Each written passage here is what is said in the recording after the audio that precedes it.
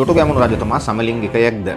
ඉතින් මේක මම කියන කතාවක් නෙමෙයි, මේක පහුගිය දවස්වල සමාජ මාධ්‍යවල පැතිරුණු කතාවක්. ඉතින් මේ කතාවට අනුව දුටුගැමුණු රජතුමා සමලිංගිකයෙක්. එතකොට ඔය දසමහ යෝධයෝ අතර හිටපු සුරනිමල යෝධයාට තමයි දුටුගැමුණු රජතුමා එක්ක මෙහෙම සම්බන්ධයක් තිබුණා කියලා කියන්නේ. ඉතින් මීට ටික කාලයකට කලින් දුටුගැමුණු රජතුමා බෞද්ධයෙක් නෙමෙයි කියලාත් මේ වගේ කතාවක් සමාජ මාධ්‍යවල පැතිරුණා. ඉතින් අද මේ වගේ හුඟක් අමුතු කතා අපට සමාජ මාධ්‍යවල අහන්න ලැබෙනවා. ඇත්ත වුණත් බොරු වුණත් මිනිස්සු මේවා බලනවා. සමහර අය මේවා ඇත්ත කියලා හිතන්නත් පෙළඹෙනවා. ඉතින් අන්න ඒ නිසා තමයි මට පොදුවේ මේ ගැන යම් දේවල් ටිකක් කතා කරන්න හිතුනේ. ඉතින් මුලින්ම මෙන්න මේ සමලිංගික කතාව අරගෙන බැලුවොත් මේ කතාවේ කිසිම පදනමක් හෝ සත්‍යතාවයක් නැහැ. මේක මුළුමනින්ම ඉතිහාස කරුණු විකෘති කිරීමක්. මොකද දුටුගැමුණු රජතුමා ගැන ලියවුණු මහා වංශය ඇතුළු ඉතිහාස මූලාශ්‍ර ගණනාවක් අපේ රටේ තිබෙනවා. ඒ කිසිම මූලාශ්‍රයක එවැනි කතාවක් සඳහන් වෙලා නැහැ. අපිට අවශ්‍ය නම් මූලාශ්‍ර අරගෙන මේ ගැන කතා කරන්න පුළුවන්. හැබැයි ඉතින් මේ වගේ කතා කියන අය කරන දේ තමයි මෙන්න මේ ඉතිහාස පොත්වල තියෙන කරුණු වලට ඊටාම විකාර සහගත අර්ථකථන සපයලා ඒ කරුණු විකෘති කරලා නැති කතන්දර නිර්මාණය කරන එක. මට අවශ්‍ය නම් ඔවුන් දීපු විකෘති අර්ථකථනය මොකක්ද?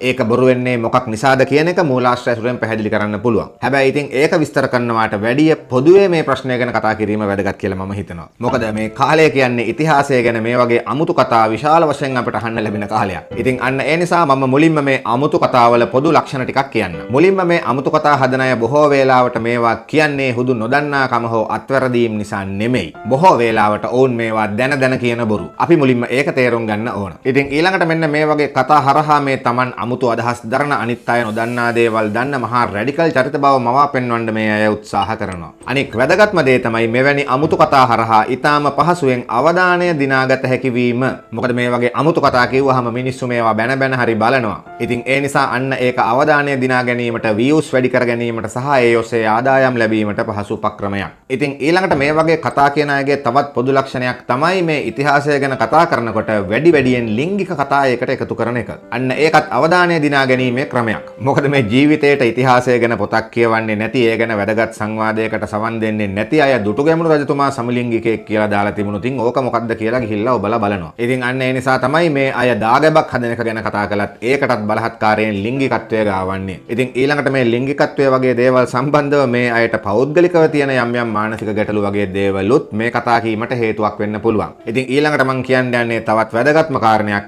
මේක ඇත්තටම ඉතිහාසය විකෘති කිරීම සඳහා දැනුවත්ව කරන මෙහෙයුමක කොටසක් වෙන්නත් පුළුවන්. මේ සමලිංගික කතාව කියපු අය හරියට මෙහෙම වැඩක් කරනවද නැද්ද කියන්න මම දන්නේ නැහැ. හැබැයි මේ ඉතිහාසය විකෘති කරන එක, ඉතිහාස වීරයන්ගේ චරිත ඝාතනය කරන එක, ඒ වීරයන් පිළිබඳ මිනිස්සු තුළ ඍණාත්මක ආකල්ප ඇති කරන එක, Tamanගේ ඓතිහාසික උරුමයන් පිළිබඳ රටේ ජනතාව තුළ වෛරී මානසිකත්වයක් ඇති කරන එක ලංකාවේ විතරක් නෙමෙයි, මේක ලෝකයේ පුරාම සිද්ධ වෙන දෙයක්. ඒක නව යටත් විජිතවාදයේ දේශපාලනය එක්ක බැඳුණු දේශපාලන අවශ්‍යතාවයක්. ඉතින් අන්න ඒ නිසා ඒ විදිහට දැනුවත්ව සිදුවන යම් මෙහෙයුම් පවා මේ වගේ කතන්දර පිටිපස්සේ තියෙන්න පුළුවන්. මොකද මේ ඉතිහාසයට පහර දෙන්න ඕන අය, ඉතිහාසයට වෛර කරන අය අද වැඩියෙන් ඉතිහාසය ගැන කතා කරන්න පටන් අරගෙන තියෙනවා. ඉතින් මේ කතාවල ස්වභාවය තේරුම් ගැනීමට අදාළ තවත් වැදගත් කරුණු කීපයක් මම කියන්නම්. එකක් තමයි මේවා කියන්නේ මේ නිකම් මිනිස්සු නෙමෙයි, උගතුන් විදිහට පෙනී ඉන්න අය. මේ අය නිල උගතුන් නොවුනත් පොත්පත් කියවපු යම් දේවල් හදාරපු අය. එහෙම අය මේ වගේ කතා කියද්දි තමයි සාමාන්‍ය මිනිස්සු මේවට අහු වෙන්නේ. මොකද මේ පොත්පත් කියවපු අයට සාමාන්‍ය මිනිස්සුන්ට වඩා දක්ෂ විදිහට බොරු කියන්න පුළුවන්. එතකොට මේ දත් ඇසුරෙන් මිනිස්සු රවට්ටන්නේ කොහොමද කියන එක ගැන ඒගොල්ලෝ හොඳට දන්නවා. ඉතින් මෙතෙන්දී ඒගොල්ලෝ ගොඩක් වෙලාවට මේ සම්පූර්ණ බොරු කියන්නේ නැහැ. මොකද සම්පූර්ණ බොරු කිව්වොත් ඒවට ඒ තරම් පිළිගැනීමක් ලැබෙන්නේ නැහැ කියන එක ඒගොල්ලෝ දන්නවා. ඉතින් ඒ නිසා ඒගොල්ලෝ කරන්නේ ගොබෙල්ස් න්‍යාය අනුගමනය කරන එක. ගොබෙල්ස් න්‍යාය කියන්නේ මොකක්ද කියලා මම වෙනම පැහැදිලි කරන්නම්. දැනට කෙටියෙන් කිව්වොත් ඔය ගොබෙල්ස් න්‍යායයේ එක වැදගත් අංගයක් තමයි අර්ධ සත්‍යයට අර්ධ අසත්‍යයක් එකතු කළා සම්පූර්ණ අසත්‍යයක් නිර්මාණය කරන එක.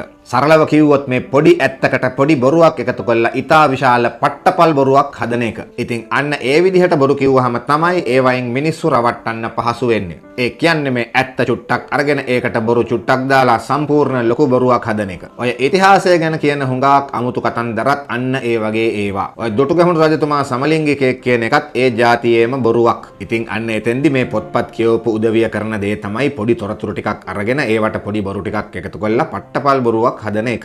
මොකද මේ යමක් කියද්දි මේ පොතක දෙකක නමක් කිව්වහම ඊළඟට විද්වතුන් දෙදෙනෙක්ගේ නම් ටිකක් කිව්වහම ෆැක්ට්ස් ටිකක් ඉදිරිපත් කරාම මේ යම් කෙනෙක් කියන දේ ඇත්ත වගේ අනිත් අයට පේන්න පටන් ගන්නවා. එතකොට මේ සාමාන්‍ය මිනිස්සුන්ට මේවායේ ඇත්ත නැත්ත විශ්ලේෂණය කරන්න තියෙන හැකියාව අඩුයි. ඔවුන් එහෙම කරුණු හොයන්න විශ්ලේෂණය කරන්න යන්නෙත් නැහැ. ඒ නිසා ඔවුන් යම් ප්‍රමාණයකට හෝ මේවා පිළිගන්නවා. සම්පූර්ණ පිළිගත්තේ නැතත් ඒවායින් ඔවුන්ගේ අදහස් වලට ටිකෙන් ටික කිසියම් බලපෑමක් සිද්ධ වෙනවා. ඒ බලපෑම තමයි මේ බොරු කියන අය කරන්නේ. අපි දන්නවා මේ ඕනෑම රටක මේ සාමාන්‍ය ජනතාව කියන අය මේ කිසිම කරුණක් පදනමක් නැතුව කියන බොරු වලටත් පහසුවෙන් රැවටෙනවා. ඉතින් අන්න එතකොට මේ කරුණු සහිතව බොරු කියනකොට ඔවුන් තවත් පහසුවෙන් ඒවට රැවටෙන බව අමුතුවෙන් කියන්න ඕන නැහැ. ඉතින් අන්න ඒ නිසා මේ දුටු ගැමුණු සමලිංගිකයෙක්ද නැද්ද වගේ එක එක කතාව වෙනම අරගෙන පැහැදිලි කරනවට වැඩිය මේ අමුතු ඉතිහාස කතාවල තියෙන පොදු ලක්ෂණ මොනවද කියලා අපි තේරුම් ගන්න එක වැදගත්. අන්න ඒ නිසා තමයි මම ඒ ගැන මූලික කරුණු ටිකක් කිව්වේ. මොකද මේ අද අපි ජීවත් වෙන්නේ සමාජ මාධ්‍ය යුගයක. මේ යුගයේ ඕනෑම කෙනෙකුට ඊටාම පහසුවෙන් ඕනෑම අදහසක් පතුරවා හරින්න පුළුවන්. කාටවත් ඒක අල්ලලා නවත්තන්න ක්‍රමයක් නැහැ. හැබැයි ඒ කියන දේවල් වල ඇත්ත නැත්ත මොකද්ද කියන එක ගැන තරමක් හෝ විචාරාත්මකව හිතන්න අපි පුරුදු වෙන්න ඕන.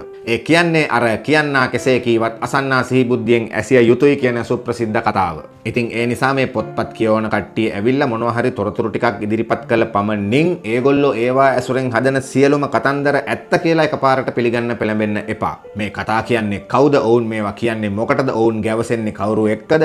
ඔවුන්ගේ අරමුණු මොනවද? මේවට අනුග්‍රහය දක්වන්නේ කවුද? මේ කතාවල ඇත්ත නැත්ත මොකද්ද? මේවායේ සැබෑ මූලාශ්‍රවල තියෙන්නේ මොනවද? වගේ දේවල් ගැන තරමක් විචාරාත්මකව හිතලා බලන්න. ඉතින් අද මම කතා කළේ මේ අද අපට නිතර අහන්න ලැබෙන අමුතු ඉතිහාස කතාවල පොදු ලක්ෂණ කීපයක් ගැන. ඉතින් එහෙමනම් මේ වගේ වීඩියෝ එකකින් අපි නැවත හමු වෙමු.